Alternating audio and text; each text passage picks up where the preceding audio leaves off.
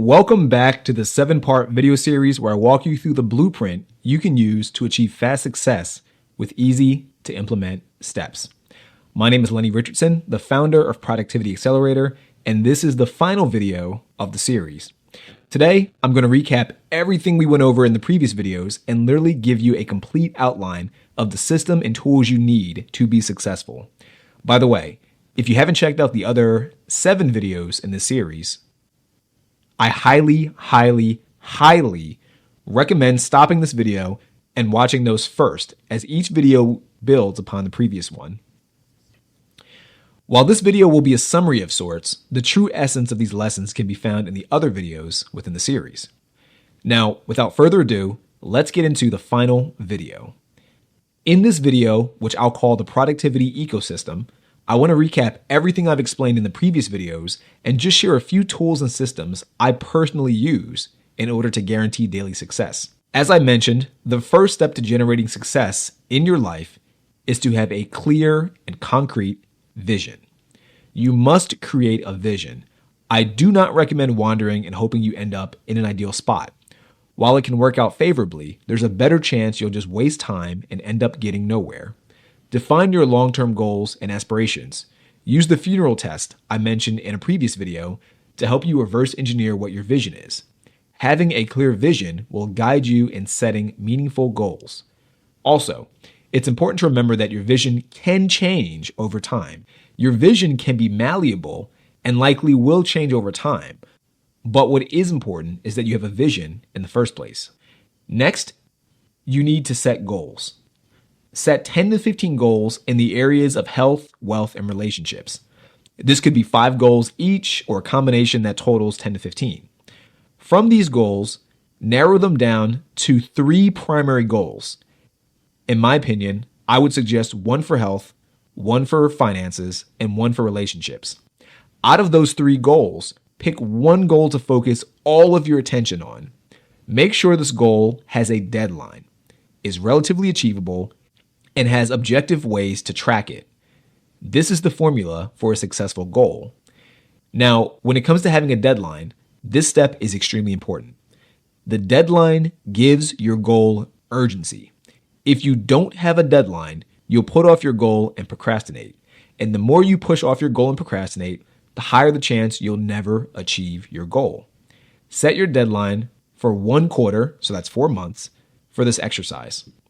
This time frame is short enough to maintain focus, but long enough to achieve significant progress.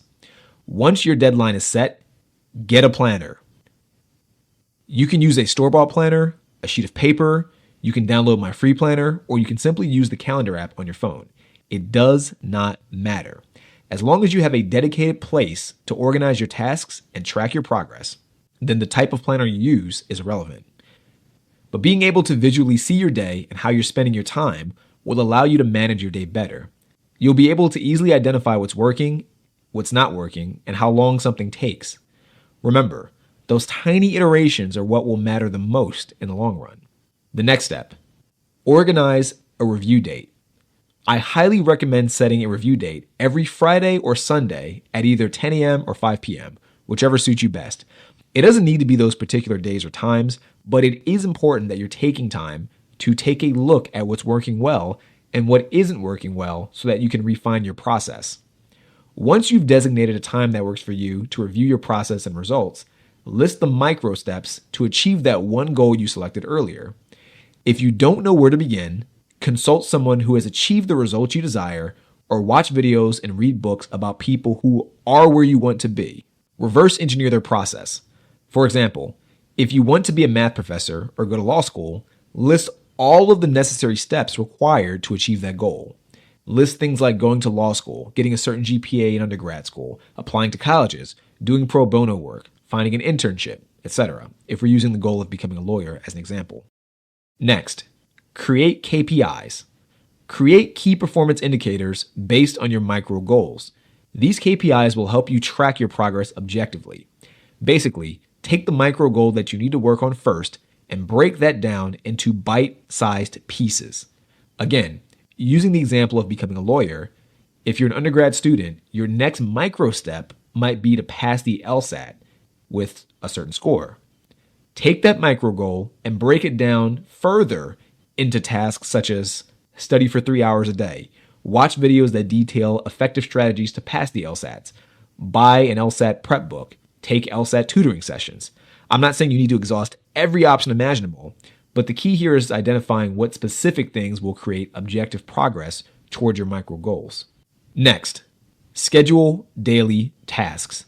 Using your planner, schedule a good chunk of your time to work on at least one of the most important micro tasks every single day.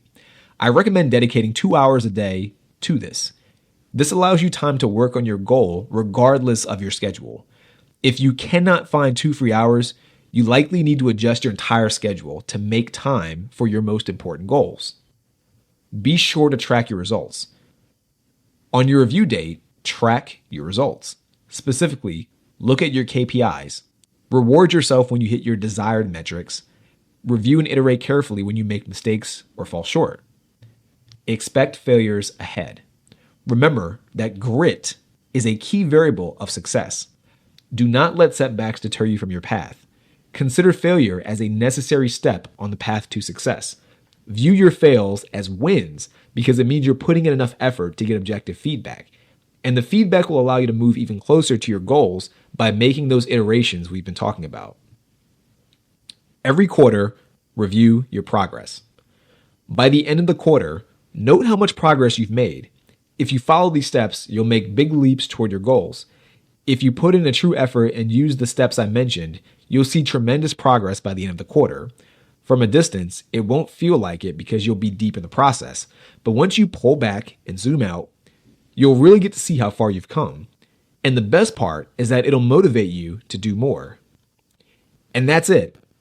Hopefully you didn't find these steps too difficult to follow.